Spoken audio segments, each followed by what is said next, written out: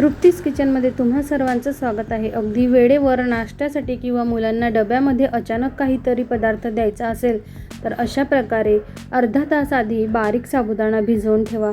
साबुदाणा अगदी छान असा मऊ भिजून तयार होतो। साबुदाणा भिजवताना 1 इंच वर पाणी ठेवावं।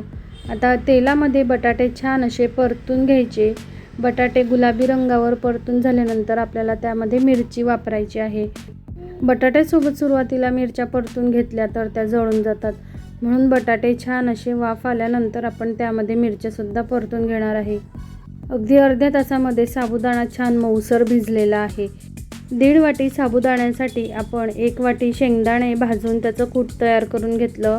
साबुदाण्यासोबत शेंगदाण्याचं कूट, चवीनुसार मीठ आणि अगदी थोडी चवीनुसार साखर घालून सर्व मिश्रण एकजीव करून घ्यायचं, जेणेकरून बटाट्यामध्ये साबुदाणा अगदी परतायला सोपा जातो।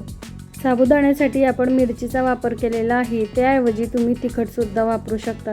बघा, अशा प्रकारे छान असे बटाटेसुद्धा परतून घेतलेले आहेत आणि त्यामध्ये आपण साबुदाणा एकत्र करून घेऊया। बटाटा छान असा गोल्डन ब्राऊन झालेला आहे आणि तेलामध्ये व्यवस्थित मऊसर झालेला आहे, त्यामुळे साबुदाणा अगदी 10 मिनिटांमध्ये तयार होतो। 5 ते 7 मिनिट साबुदाण्यावरती झाकण ठेवून वाफ देऊन घ्यायची। साबुदाण्याचा कलर तुम्हाला बदललेला दिसत असेल तर अशा प्रकारे झटपट असा डब्यासाठी किंवा सकाळच्या घाईच्या नाश्त्यासाठी मऊसर साबुदाणा तयार झालेला आहे।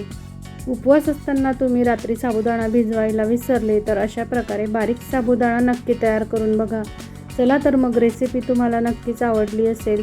रेसिपी आवडल्यास रेसिपीला लाईक करा, शेअर करा आणि यूट्यूबला अशाच प्रकारचे नवनवीन व्हिडिओ बघण्यासाठी तृप्तीज किचन चॅनल यूट्यूबला सर्च करून सबस्क्राईब करा। येणाऱ्या नवीन व्हिडिओचे नोटिफिकेशन सर्वप्रथम मिळवण्यासाठी बेल आयकॉनवर अवश्य क्लिक करा।